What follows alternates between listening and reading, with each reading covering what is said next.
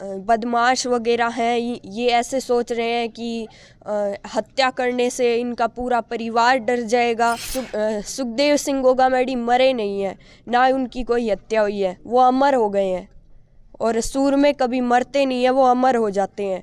अब उन्होंने कहा 72 घंटों में हम कर देंगे उन्हें मर्डर, लेकिन क्यों? पहले तो इन्होंने कोई भी कदम नहीं उठाया। जब पूरा का पूरा सर्व समाज इधर इकट्ठा होकर आरक्षण धरना ये करने कुछ महीने पहले ऐसे पाकिस्तान से धमकियाँ आई थी।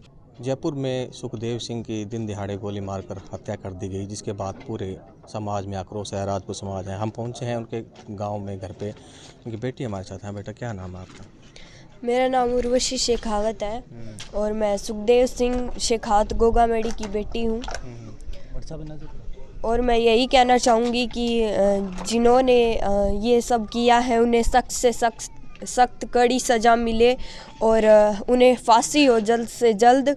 और जितने भी मेरे भाई बहन हैं, जितने भी बड़े बुज़ुर्ग हैं, वो हमेशा ऐसे ही साथ रहना, ताकि आगे भी हम ऐसे हार ना माने। और जो ये बदमाश वगैरह हैं, ये ऐसे सोच रहे हैं कि हत्या करने से इनका पूरा परिवार डर जाएगा या फिर कोई भी दबाव में आएगा, तो ऐसा बिल्कुल भी नहीं है। कोई किसी भी चीज़ से नहीं डर रहा है और कोई भी किसी भी दबाव में नहीं आ रहा है, क्योंकि सुखदेव सिंह गोगामैडी मरे नहीं हैं, ना उनकी कोई हत्या हुई है, वो अमर हो गए हैं। और सूर में कभी मरते नहीं है, वो अमर हो जाते हैं। तो बेटा, पापा कुछ समय पहले, जैसे ये हत्याकांड से पहले आपकी बातचीत होती थी, कभी अंदेशा जताया कि कोई खतरा है उन्हें या कुछ धमकियाँ मिल रही है, कुछ ऐसी बात करते थे घर पे? अब तो ऐसा नहीं था, लेकिन कुछ महीने पहले ऐसे पाकिस्तान से धमकियाँ आई थी और अन्य देशों से भी धमकियाँ आई थी, राज्यों से। फिर भी मेरे पापा ने प्रशासन से मांग की थी कि पुलिस कर्मचारियों की सुरक्षा प्रदान की जाए, लेकिन सरकार और प्रशासन ने मतलब कुछ भी नहीं किया, कोई भी सुरक्षा प्रदान नहीं की गई। लेकिन अब अगर ऐसा हो गया है तो इधर चारों तरफ पुलिस कर्मचारी हैं, तो अब सरकार ऐसा क्यों कर रही है? जब हमने मांग की थी तब तो इन्होंने कोई भी मुद्दा यानी कि कोई भी कदम नहीं उठाया था, लेकिन अब ये ऐसा क्यों कर रहे हैं?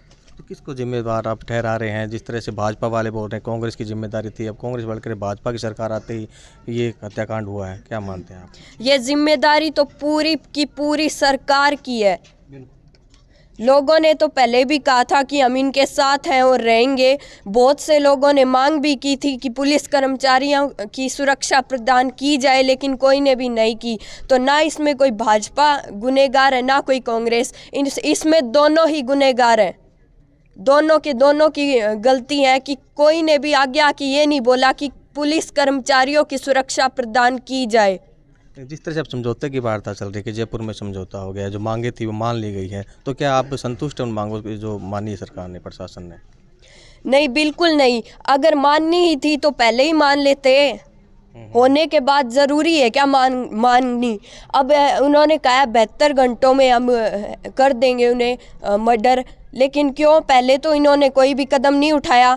जब पूरा का पूरा सर्व समाज इधर इकट्ठा होकर आरक्षण धरना ये करने लगे, पूरे का पूरे राज्य, पूरे का पूरे भारत बंद हो गया, तब इन्होंने ये लिया है डिसीज़न। ये क्या सही है?